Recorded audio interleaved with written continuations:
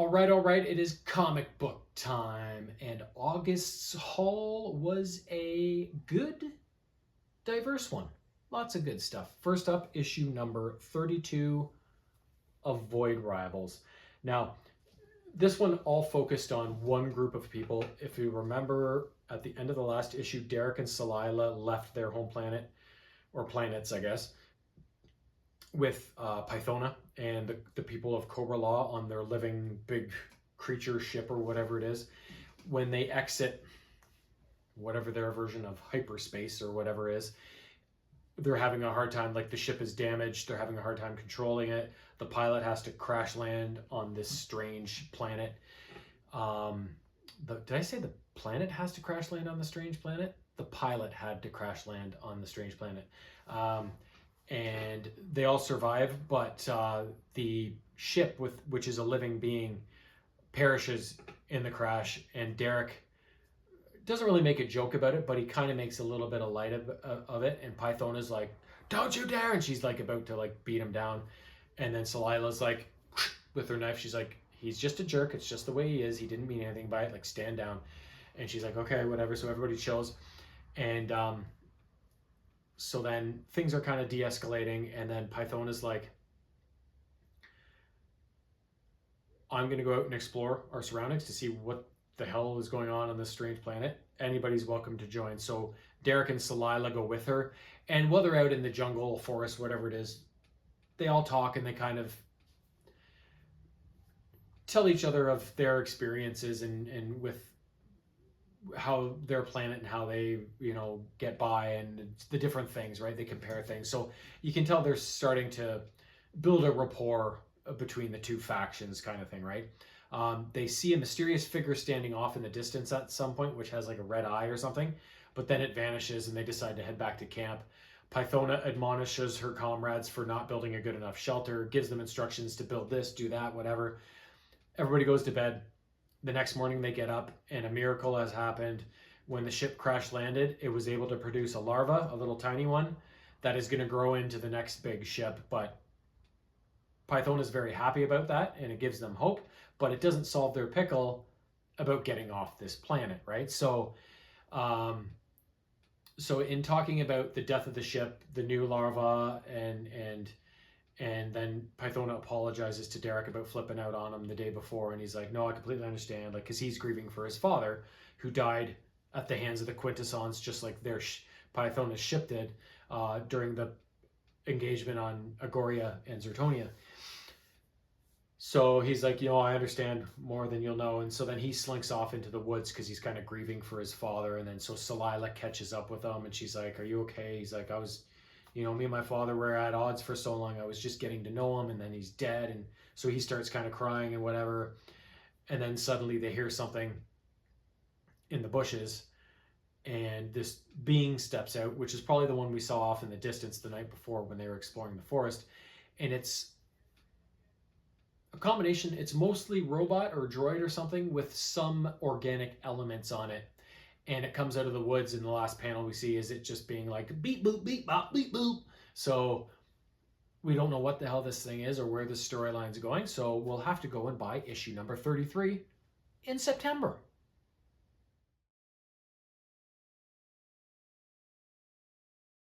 Next up, 3 issues of Turtles. First up, issue 39 of the Saturday Morning Adventures series. So as this one starts, the Fearsome Foursome are in the turtle van racing to something, saying, "Oh, that's like the 4th time this week that April has been captured and had to press her emergency button on the turtlecom," right? So they get to a warehouse. She's tied to a chair. The enemy reveals himself. It's Scumbug, who is like a mutant guy, cockroach thing. And they're like, "Didn't we already deal with you a while back?" And he's like, "No, you didn't kill me. I just left because Shredder wasn't paying me," and all this stuff. And they argue for a while, and then finally he's like, "I have a secret weapon." And then they like think it's an actual weapon or something. That he lifts the veil, and it's another mutant named Worm, and he looks like a cross between like an octopus and a gecko or something like that. But he's got this weird yellow glowing hand. And as they get into start fighting, he lays his hand on both Donatello and Leonardo, and basically he siphons energy with this hand. to power himself and drain his enemies. So Leo and Donnie are both like, whew, I'm pooped, and they're really flagging. So um, the turtles basically need to retreat because two of their guys are basically down or whatever. After they throw the dust smoke thing on the ground and escape, Scumbug and Worm have a falling out. But Worm notices that there's a tracking device on the ground, and he's like, "Ooh, if I won't be able to find the turtles, but I can make the turtles come to me." So he sets a trap for and lays in wait with this tracking device. In the meantime, the turtles are back in the sewers with the professor from TCRI, McGruffagan or whatever his name is, and talking about how to get Donnie and Leo better because they're not responding, right? So he's like, I think if you captured Worm, I'd be able to reverse the process, whatever. So that's what they set out to do. But with only two turtles left, Raph and Mikey, they enroll Muckman to help them. So they go down to the pier where Worm is hiding and plan an ambush, and they bring these freeze rays from TCRI to try and freeze Worm. But Worm gets the drop on them, breaks one of the blasters, and looks like he's gonna win the fight. But then Muckman steps in and takes over with his tremendous stench, and eventually Raph is able to get a freeze shot in on Worm, and then they're eventually able to whoa, I almost fell over there. Eventually able to take him back to TCRI, and the professor is able to reverse the process, make his boys good again, and they put Worm into cold storage. And on the last panel, we see some of the other characters that he's got in there, like Baxter Stockman's in there, Slash is in there, and then one other guy I recognize, but I forget his name, and then a couple of others as well. So kind of cool when you see those little Easter eggs of past enemies afterwards, right? Next up, issue 10 of Shredder. This was a really cool issue. So if you remember from last time, Shredder and Hoshimi, the leader of the Dogstar clan, had gone to that building owned by the nerd guy that was behind everything, and defeated him, and then defeated Yoshi Chen's machinations, and took Yoshi Chen's body out of that building, and they now have possession of it. So they're now in some like underground foot temple that Shredder knew was there, and Hoshimi's like, "How do you know this?" He's like, "I know everything." And so Shredder's like, "Okay, we're gonna deal with this," because he's got that alien parasite in him after the battle with Yoshi of recovering Yoshi Chen's body. He said, "I'm gonna go deal with this, so just watch my back. Your boys will be here soon." And Hoshimi's like, "What? How will they be able to find us?" So Shredder goes into like a meditation trance sort of thing. And soon enough, the Dogstar clan guys arrive, and Hoshimi's like, "Halt." She's like, "You're not touching the Shredder." And they're like, "He defiled Yoshi Chen's body." He's like, "No, he helped me rescue Yoshi Chen's body, and he now has the parasite in him. So lay off," right? So then we see Shredder's experience as he goes to like this astral plane and does battle with this alien parasite. So they go back and forth. The alien's like, "I see where you've been. I know what you've done. I know all the trauma. I can torture you, like worms, right?" Remember that? And so Shredder's like, "Bitch, you ain't shit. Like, little alien parasite's gonna beat the Shredder." He's like, "Watch this. I'm gonna hold my breath. You can't get your electrical impulses you need to survive without me breathing air. So," sort of thing. And the thing's like, "You wouldn't. You'll die yourself." And he's like, "I'm bigger and stronger than you. I'll last longer than you. So fuck you," right? And in the meantime, the little alien parasite in this astral plane thing turned himself into the super alien Shredder. He's got this cool colored armor and stuff. But eventually Shredder does win the battle. The parasite pops out of him just as Hoshimi is starting to fail to keep the Dogstar clan soldiers away from Shredder, and they're all about to attack Shredder when this thing pops out, and they're like, "Whoa, he beat it. Like, that's crazy." And Shredder's like, "This is impressive. I beat this tiny little bug. You're pathetic." And then he's like, and Shredder basically is like taking command, and the guy's like, "You're not taking command of the Dogstar clan. We only answer to Yoshi Shen, not you, Shredder." And Shredder's just like, "Okay." Just fucking rails this guy in the face, and he's like, "You're all so fucking weak and pathetic. I'm running things now," right? So I love this version of the Shredder, and he's older too. He's got this white long hair. He's just like, "I ain't got no patience for anybody's bullshit. I'm old. I've been there, done that. fuck off, right? Like, I love it. I love this version of the Shredder. So then the last thing we see is Director Bronze from the EPF or whatever that agency is gets approached by a low underling and informs him that we've got eyes on Shredder. And he's like, what do you mean you have eyes on Shredder? Like, he's gone into hiding. We won't be seeing him ever again, probably.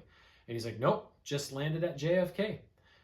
So the last thing we see is Shredder getting off a plane at JFK in a suit and sunglasses, and the EPF scrambling to go kill the Shredder. So, and somewhere along the line, after Shredder comes out of that little astral plane thing with the bug, he has a little vision of somebody dying, and it kind of throws him off for a second. And Hoshimi's like, Shredder, like, are you unwell, sort of thing? And he's like, no, just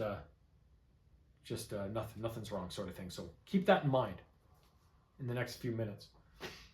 Last up, issue 20 of the Turtles regular ongoing series, which is also the 300th issue special. So I'm not sure why not issue number 20 is 300. It's because this goes back into the old series that came before it from a different publisher. So of this run of this storyline, I think this is the 300th issue. So in this one, it looks like the Turtles are out on a serious mission, carrying this mysterious black box, and they're getting attacked by Baxter Stockman's Flyborgs. And they're like, we want the box. The Flyborgs think it's that door knocker that allows access to the land of the dead, where Splinter's wife came over from, where she used to maintain that tree of death in the visions that Splinter originally saw. If you don't know what I'm talking about, go back and watch past videos, or don't at all, just buy the comics and read them because they're good.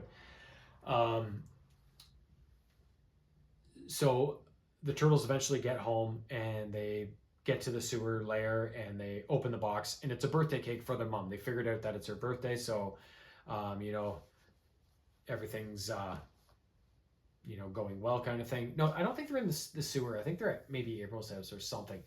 So then soon there's a knock on the door and Casey Jones shows up, and he's like, hey, what's up, guys? Good to see you, whatever. And he's like, yeah, your mom came back from the dead. Like, would she be able to bring my mom back from the dead? Like, even just to see her, kind of thing.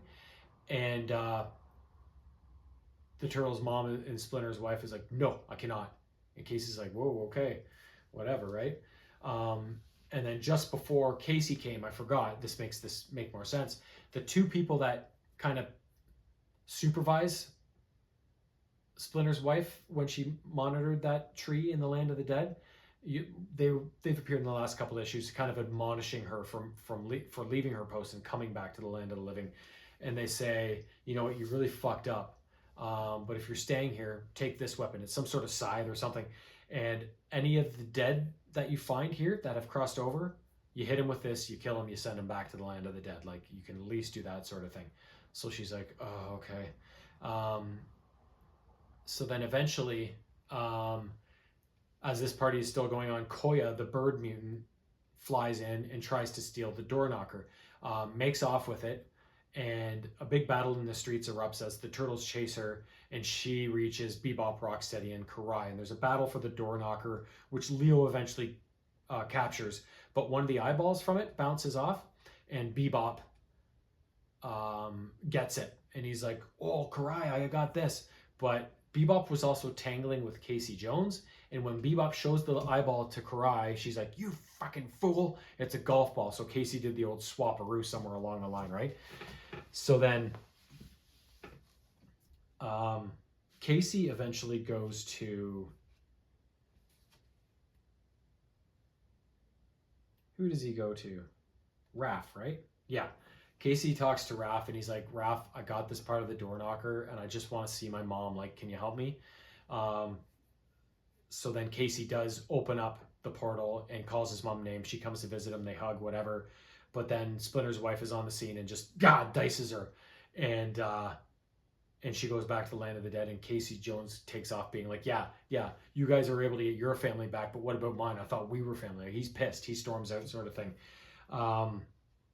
So then Raph eventually goes to Karai and wants to correct Casey Jones's situation. So Raph is like consorting with Karai with this eyeball piece he has, and is like, can we do something? And Karai's like, of course we can. And then she's like, Mwah! And uh, all of her forces storm in and start fighting Raph. And she's like, thanks for the eyeball, right, sort of thing. And then she opens up a portal to the land of the dead and calls forth a whole bunch of foot ninja from like feudal Japan, like real badasses, right? So they come pouring through. They start beating on Raph. The turtles scramble and eventually get there to help him out. And they're like Raph, what the hell have you done, man? Right? That sort of thing. And so as that battle rages, the last thing we see is, that battle's still mid progression as the issue closes off, or part of the issue closes off. And the last panel we see goes back to those two people that monitored Splinter's wife in the Land of the Dead. And the one, General something, I forget his name, kills the other one. And then, which shakes the foundations of the Land of the Dead sort of thing.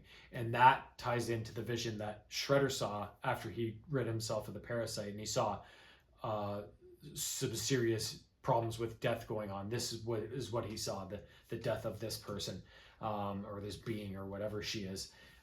And that's kind of where that part of the issue leaves off. The second half of the issue, or less than half of the issue, focuses on Renette, the Time Lord Scepter Keeper girl. And she's basically been assigned cleanup duty at headquarters after the Battle Nexus affair.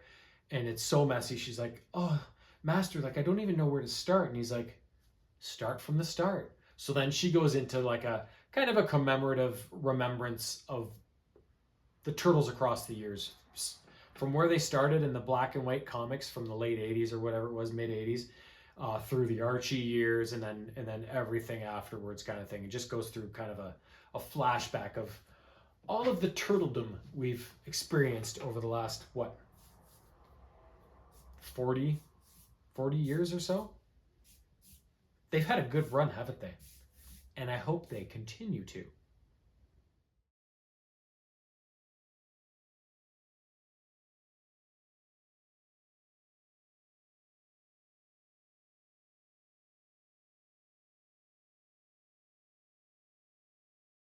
Next up, from a series I've been so excited about since it debuted in June, the second issue of M.A.S.K, which ties into the whole Energon universe, as you now know. So in this one, Miles Mayhem is flying this big hunk of machinery towing through the air with his helicopter jet thing, whatever it is. And he's got one of his lackeys on the ground kind of monitoring things, and they're talking about what this thing is. And it's like, it's a powerful ancient alien artifact, and we need it. So, but suddenly the line gives out, and Mayhem drops the artifact into the ocean. Right after this happens, we see Gloria Baker in Sweden and Bruce Sato in Norway get contacted on the M.A.S.K wristwatch communication network by Matt Tracker, and says, guys, you need to jump into action. We got problems. So Bruce is like, I don't have a ride. So Rhino's not entering the fray just yet, but I can't wait until it does. They're delaying it just to taunt me. But since they're so close, like Matt's like, Gloria will pick you up on the way by. So these two don't really know each other yet. So on the ride, they're starting to get to know each other, talking about what they've done in their lives for job and whatever. And soon enough, they pull up along the coast to this thing that's sticking up out of the water, and it's creating all this disturbance in the water. And they're like, what the hell is that? And Gloria's like, well, let's go find out. And Bruce is like, what? They're jumping off a cliff into the water in this car, and then it turns into a submarine, right? M.A.S.K, it's awesome. So they go underwater, and they're like trying to figure out a way to shut this thing down, which Bruce has determined is a wormhole generator. So that could be a problem, right? So suddenly, though, a couple missiles streak in and hit him in the side and bash them about and damage them. And so they not only have this big vortex underwater, and they're trying to shut this thing down, but then they got this clown shooting at them, right? So a big battle erupts. Gloria's kind of knocked silly, so Bruce has to do some heroics behind the wheel. Eventually, they send this guy packing, and they're able to do damage to this wormhole generator so that it stops operating and sets things to rights. But Gloria's car is pretty damaged, so basically it's just bobbing on the surface, and the two of them are sitting on top of it and waiting for Matt Tracker to pick them up. And he's like, yeah, I'll be there in like a minute.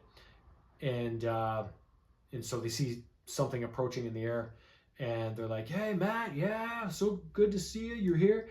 It's Miles Mayhem in his helicopter instead, and they're like, "Oh shit!" And he just sends a couple missiles, boom, a big explosion, and the last thing we see in the issue is Matt Tracker being like, "Gloria, Bruce, what was that?" So I guarantee they didn't die because those are two very important characters on the M.A.S.K team. And if Bruce Sato dies and I don't get to see my Rhino, I'm going to be one unhappy boy.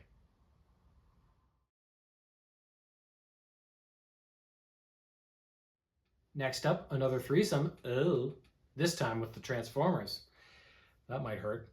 Um, First up, we have two issues in a reissue they've done with the movie being re-released from 1986 in September, and all sorts of stuff they're doing. So issues 1 and issues 2 of a recreation in a way of the original Marvel comics back in the day that came out in coincidence with the movie coming out. So if you don't know the story of the movie, in these first two issues, it's warped ahead in time. It's like the year 2005 or something like that.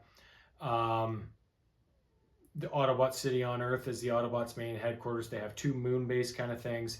But it starts on the planet Lethune, a planet of Transformer-like beings, where suddenly this massive orb comes along and destroys the planet, basically ingests it. And this massive being is the planet-sized Transformer known as Unicron, who is an evil entity that just consumes things. It's on its way to a crash course with Earth. In the meantime, the Transformers and the Earthlings know nothing about this. So, Optimus and his buddies are up in one of the moon bases, and Ratchet or Ironhide and is like, why don't we go bust some Decepticon chops? And Prime's like, well, now is the time. Let's do it. So they send Ironhide, Ratchet, Prowl, and I think some others in a shuttle from the moon base down to Earth to start preparing for this engagement. In the meantime, the Decepticons have been spying on the Autobots, of course, and Megatron launches an attack on this shuttle that essentially offs all of these. Or no, is that what happens? Is there two shuttles?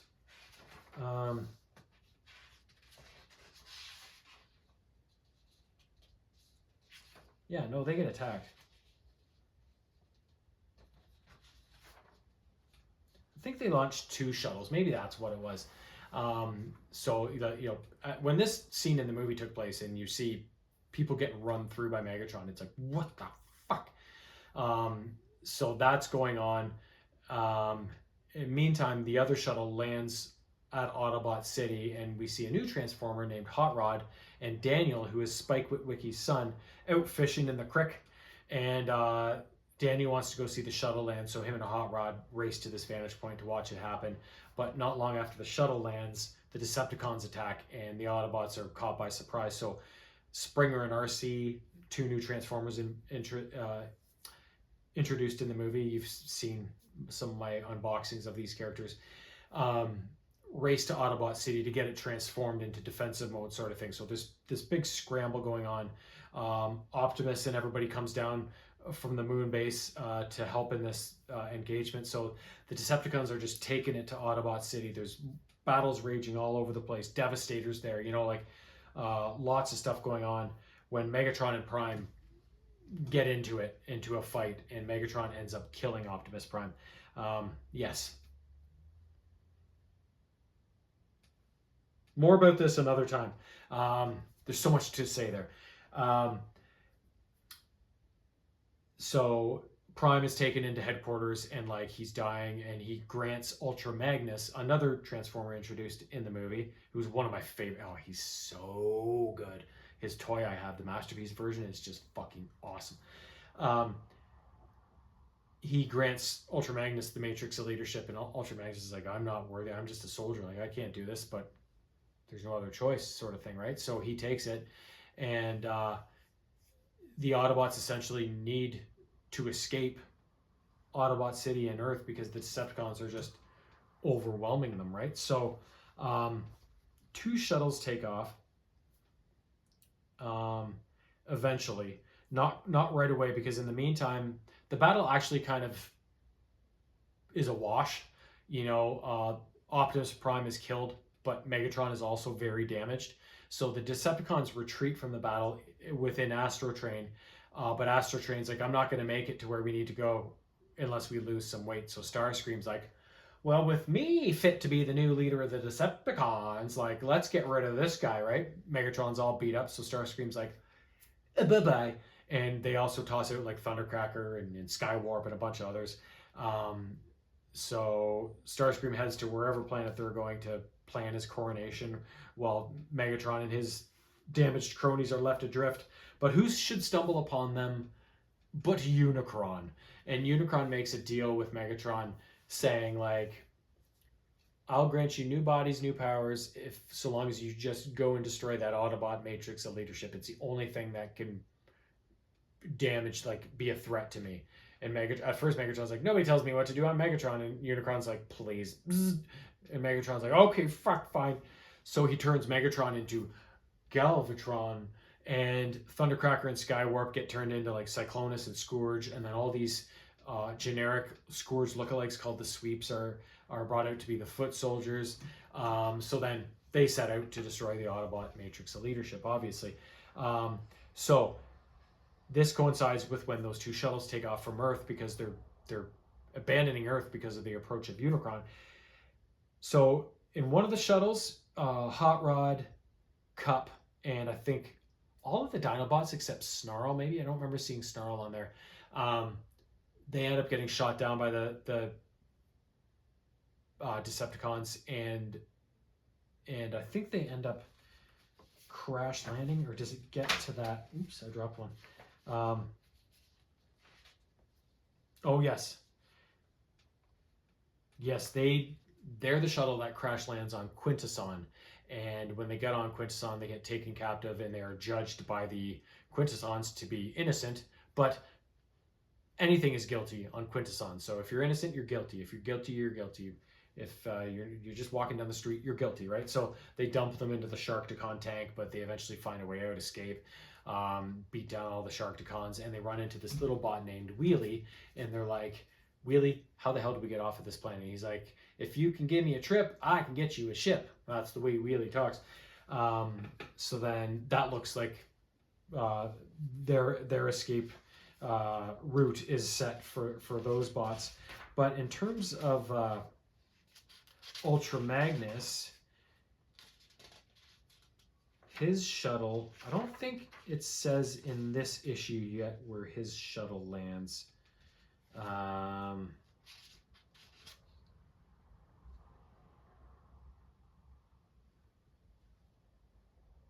Yeah, I don't think so.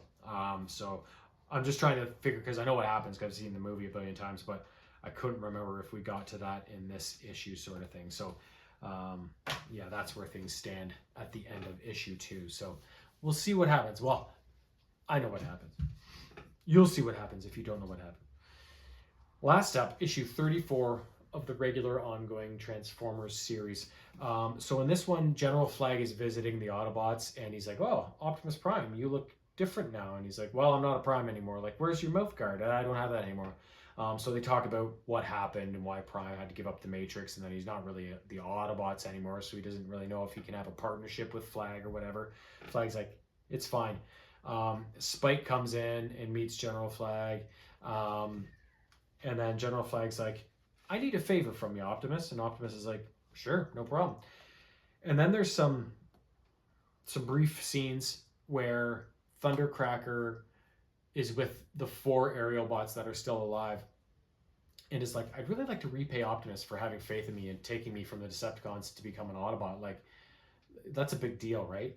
And he's like, Skywarp warped me in him when I was trapped in the Ark, when he was trapped in the Ark, to a location that I want to explore more. And he's like, I have the coordinates. And the aerial bots are like, hey brother, you're one of us now. You want to check it out? Let's go check it out. So, but that's all we saw from that. So I'm very curious to see what exactly happens with this storyline, because I remember that moment happening and it was so mysterious and cool that I would love to see the bottom of this mystery, right? Then we see Cliffjumper driving into a city chased by Shredhead, And Shredhead's like, Cliff Jumper, slow down, it's dangerous, blah, blah, blah, whatever. And then as Shredhead rounds a corner, trying to catch up to him, Cliff Jumper's like, a little help, Shredhead. And Bruticus is combined in all his glory and wreaking havoc, and he's going after Cliff Jumper. So Cliff Jumper and Shredhead get into this fight with Bruticus, who's just a towering combiner behemoth. And it looks like Shredhead gets like stepped on by Bruticus or something like that, and gets like basically squashed. And Cliff Jumper's like, what? And so he climbs Bruticus without Bruticus knowing, and basically slams a big sword down through the neck. So the Combaticons disassemble and fall away from each other, and the digits, the arms and the legs of Bruticus, look around and they see Onslaught, the body, the leader of the Combaticons, lying there with this sword sticking through him, and there's like, oh no, Onslaught's bought it. Let's get out of here, right? Sort of thing. So Cliff, took down Bruticus and maybe killed Onslaught, but at what cost, right? Because Shredhead looks like he is crushed to death, sort of thing. So then we see Optimus Prime and General Flag go to the location where Flag wanted a favor from Optimus, right? And it's some sort of warehouse where they run into a mad scientist type guy named Dr. Arkeville, who is actually in the Transformers cartoon originally from the 80s and helped Megatron with some devious, unholy schemes. So Dr. Arkeville attacks General Flag, and then General Flag's like, what the fuck are you doing? He's like, oh, I thought you were coming after me. Like, he's like, chill, bro. Like, I want you to, Project Overwatch, the M.A.S.K project, doesn't have an overseer anymore now that Miles Mayhem is gone. He's like, I wondered if you'd be interested. And then just then he gets Optimus to come through, and he's standing there in front of Dr. Arkeville, and Dr. Arkeville's like, whoa, like I've never seen one before, kind of thing, right? So, but as that interaction kind of ends, we see Dr. Arkeville looking like kind of side-eyeing and looking really smug, right? So this is not the guy to put in charge of anything you want to end with good intentions or positive results, right? So I don't know why General Flag's even doing this. Maybe they don't know he's a clown, but I know what he was like in Transformers, so that's not going to end well wherever this storyline is going, and I can't wait.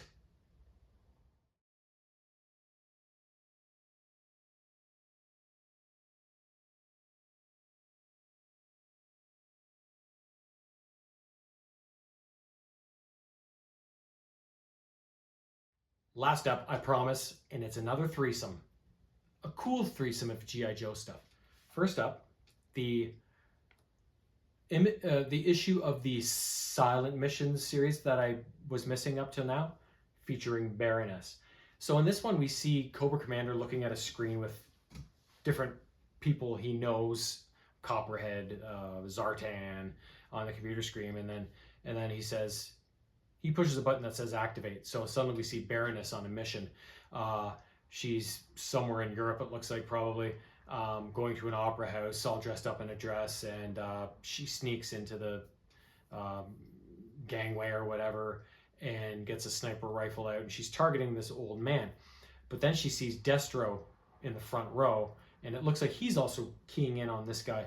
So instead of taking a shot at the old guy she's supposed to go after, that Cobra Commander told her to, she pings off Destro on the head, and of course the theater clears, and then Destro goes after Baroness. They start getting into scuffles, whatever. She eventually escapes from him, so he stays behind and offs the target that both of them had been assigned or whatever. And meanwhile, Baroness has fled into the streets and has gone after this blonde girl that she saw inside the opera theater. I don't know who it is. And she gets her by knife at the throat and either puts an item into her cleavage or pulls it out. And it looks like it has a star on it, like maybe G.I. Joe. I don't know. So I'm not sure what that was all about. And then eventually Destro, after offing the target, gets back to whatever his base is and finds like a heart-shaped piece of paper with some coordinates on it. So he flies out there, and it's Baroness waiting for him on some sort of rooftop patio, and they have dinner and kiss and all that kind of stuff. And then Cobra Commander's watching the scene, um, looking fairly pleased, and he's got this computer screen with all of these different agents on it. Like it's Baroness, Destro, Zartan, Copperhead, and then the evil twin brothers. So it looks like Cobra Commander's been up to some manipulating and stuff, but yeah, very cool. These silent issues that don't have any wording. Um, sometimes the meaning isn't obvious, so sometimes you have to like really pay attention to the facial mannerisms and the background and the sequence of things to figure out, well, okay, what exactly is going on here, right? Really cool uh, kind of concept for these types of comic books, right? Next up, issue 24 of the kind of Origins series. So in this one, Risk is in the middle of fighting Crystal Ball, who has that weird technology that has taken down Destro and Stalker and Chameleon and Mercer, and is trying to take down Risk now. That stuff that creates projections that focus on the person's fears. So Risk is in the process of fighting Crystal Ball as he's doing this to him, like, but also in person. And Crystal Ball is explaining how he used the Energon to create this dire tech, he calls it. So it's like, oh man, what is it? Dire. Oh fuck, what's it called? Dread-inducing responsive energy, right? So it's just this energon that brings out people's fears and allows him to control them, right? But Risk is like, you're gonna have to do more than that to defeat me. He's like, I am the Risk. Like, I'm not afraid of nothing. After all I've done, whatever, this isn't gonna scare me. So then they really start fighting, and Crystal Ball's kind of like taken aback that, oh god, this guy's pushing back. Like, fuck. In the meantime, Baroness and Destro are still in the region, and they kind of escaped and agreed to work together until they could sort this whole situation out. And they stumble upon Stalker and Chameleon, who are being held captive by Crystal Ball in this kind of containment facility. And Destro's like, they're being attacked by the dire tech in the meantime, and they're like, what? How do we get out of this situation? And Destro's like, I think the only thing we can do is destroy the energon supply, which will stop this machine from working and release our friends and whatever, right? But Baroness is like, but no, the energon, it's what we came here for, sort of thing, right? And what if that does worse to these guys, right? But they say it's the only way. So Destro's like, Baroness, you fight off these dire tech images, and I'm gonna go blow up the stuff. So meanwhile, Risk and Crystal Ball's fights reaching a crescendo pitch, and that's just when Destro destroys the energon supply, which brings Stalker and Chameleon safely out of their hiatus there. And then suddenly Crystal Ball like takes a real hard punch and is like, oh no, oh no. So Risk is able to bring Crystal Ball in and capture him, and he's also got Mercer as well, right?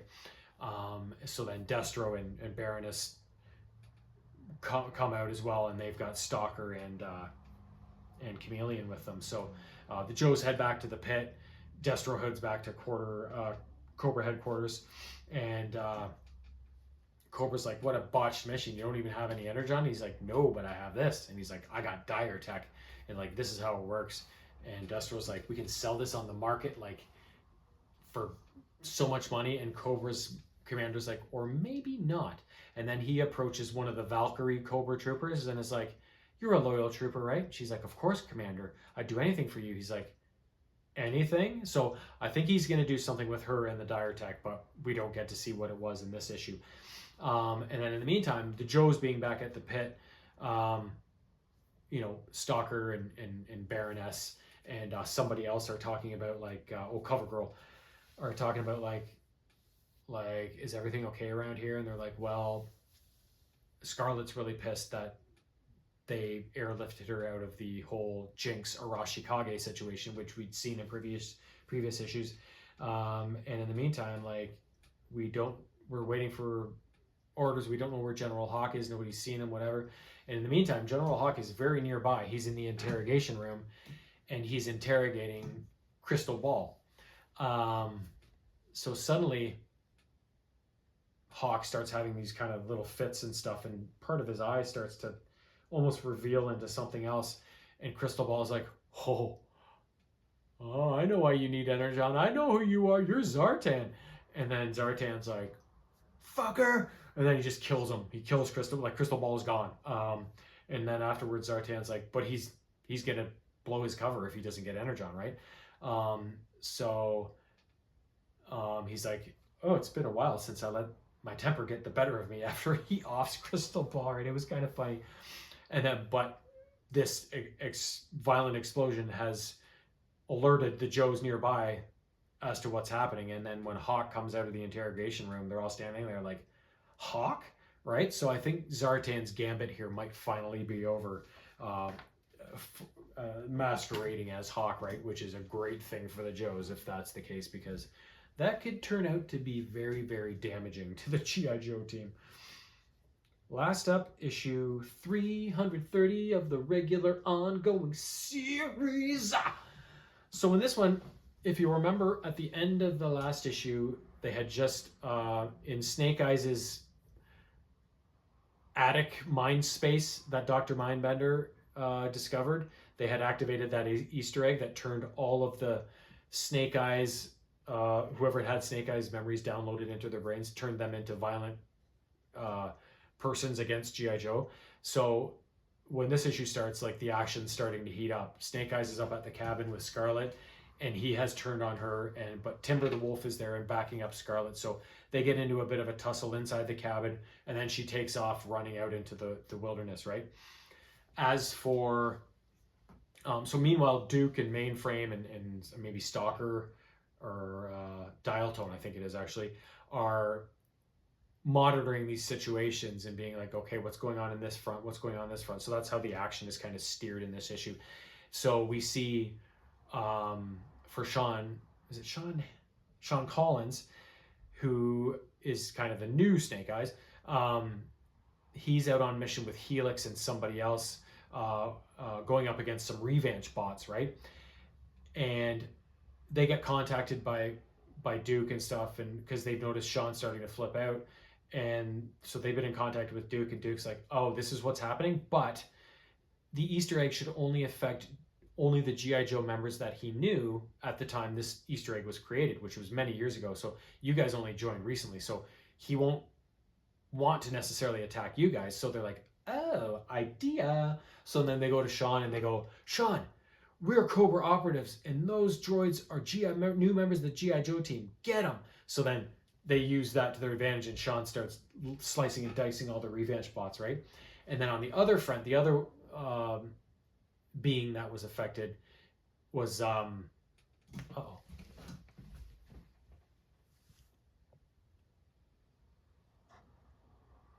Sorry, it flashed. I thought the camera died. It was just a low battery one. So then they're monitoring Dawn Moreno, who they almost had in containment in the pit, but she snuck out at the last minute once the Easter egg went off. And like Duke is like, okay, Mainframe, can you drop down that bulkhead door? Okay, yep, okay, flush her to the containment area or whatever. So they eventually are able to trap her in a kind of a square area with like no air vents and stuff. So they've got her contained. But most of the action is centered on the actual Snake Eyes and Scarlet. So she goes out into the forest and they're battling, and Timber's helping out. But in the meantime, we see the real Snake Eyes is actually trying to battle his attic mind space. So he's gone up into the attic and he's searching for the Easter egg. So right when Scarlet comes upon like a massive grizzly bear and it starts to attack, Snake Eyes is able to crush the Easter egg. So all of the operatives are finally back to normal. And right as this happens, Scarlet gets kind of paw swiped by the grizzly and is really injured. So Snake Eyes is like, ninja shit, and puts his sword like down through the grizzly bear's headspace, and is able to save the day, sort of thing. And that's yeah, there's no kind of mysterious ending with anybody, is there? I think that's just kind of, oh no, there is. Yeah, this is one of the coolest parts of these issues. The last 2 pages is a mysterious figure in the dark ascending. It looks like they're trying to infiltrate Destro's castle in Scotland. So she's rappelling up the side. Sorry, she. I didn't know it was a she at the time. And then she makes her way into like Destro's bedroom, only to find the bed empty, and is like, concern it, son of a bitch, slippery Destro. And then it finally shows who it is, and it's Lara Croft Tomb Raider. So she's doing a crossover with the Joes. I think that's going to be its own standalone issue in October, I think. And I just noticed on Amazon a new G.I. Joe classified character they released was the Lara Croft. I thought about pre-ordering her, but she's like $60. She's like almost double the price of a normal character. So I'm like, thought about it, but now she's sold out. So she might come back eventually. I might get her. I don't know. It's gonna be, I don't know.